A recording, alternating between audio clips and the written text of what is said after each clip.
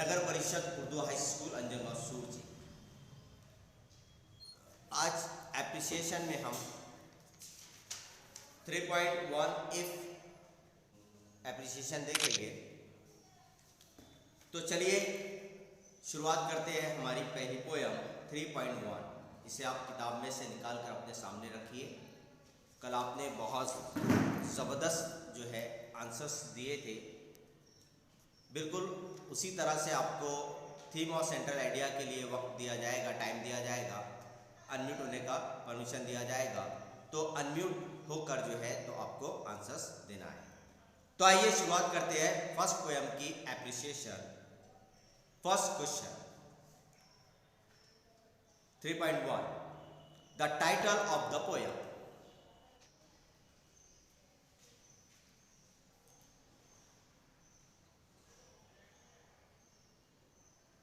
Very good. ये answer तो generally सबका सही आएगा और इसे आपको मैंने बताया हूँ कि आप एग्जाम में किस तरह से लिखोगे। तो the answer is the title of the poem is if, और इसके लिए आपको देना है आधा mark. Second question the name of the poet. The name of the poet, second question.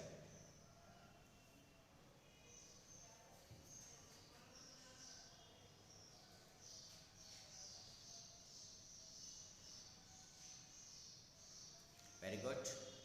तो the answer of this question is the name of the poet is Rudyard Kipling. Rudyard Kipling. चलिए question number 3 rhyming scheme of any stanza. Rhyming scheme of the poem.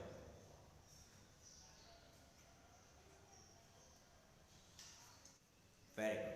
तो rhyming scheme के अंदर आप किसी एक stanza की जो है राइमिंग स्कीम आप बता सकते हो।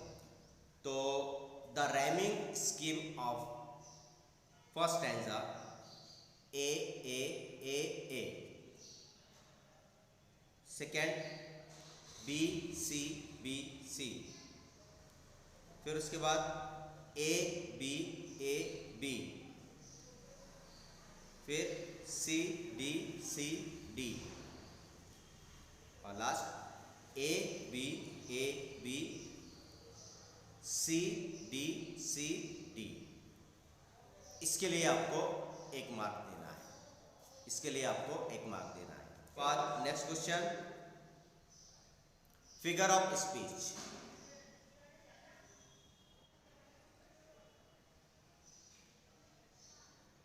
Very good. तो एलिट्रेशन तो है ही और उसके साथ साथ में इसमें एक एंटीथेसिस का भी इस्तेमाल हुआ है। एंटीथेसिस भी जो है तो इसके अंदर इस्तेमाल हुई है। और एलिट्रेशन की एग्जाम्पल है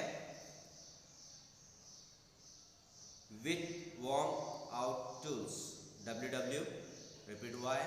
और एंटीथेसिस के एग्जाम्पल है if you can meet with time and disaster. Time and disaster ये दोनों एक दूसरे के अपोजिट वर्ड है, इसलिए ये एंटीथेसिस।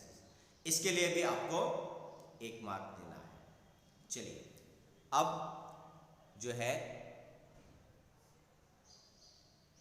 आप अपने तौर पर अनम्यूट कर सकते हो। सबसे पहले थीम और central idea Ayesha Siddiqa.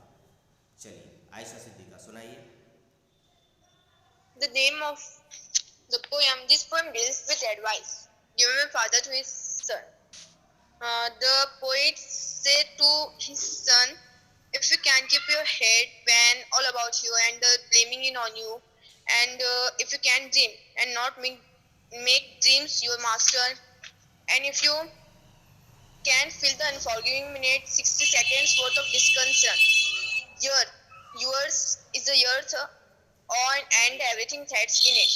The poet advised his son, yours is the earth and everything that's in it, and which is more you will be man. Ayesha Tayyab.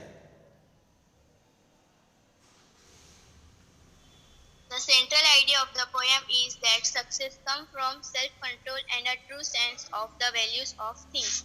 In this poem, the speaker means father is teaching his son to life lessons. He teaches how to live balanced life, importance of honesty and patience and hard work. In short, father expects that son will follow these instructions and become a good and perfect human being. Bushra, The central idea of the poem is certain valuable piece of advice imparted by a father to his son. Several of the lines in the poem begin with the conjunction if. The theme running through poem is that if the son fulfills certain conditions, he can be rest assured of certain favorable results have a direct bearing upon the life of all young people. तो the central idea जो है ये different आ सकता है, आपका self response है। तो इस पोएम का the central idea of the poem is a piece of advice given by the father to his sun.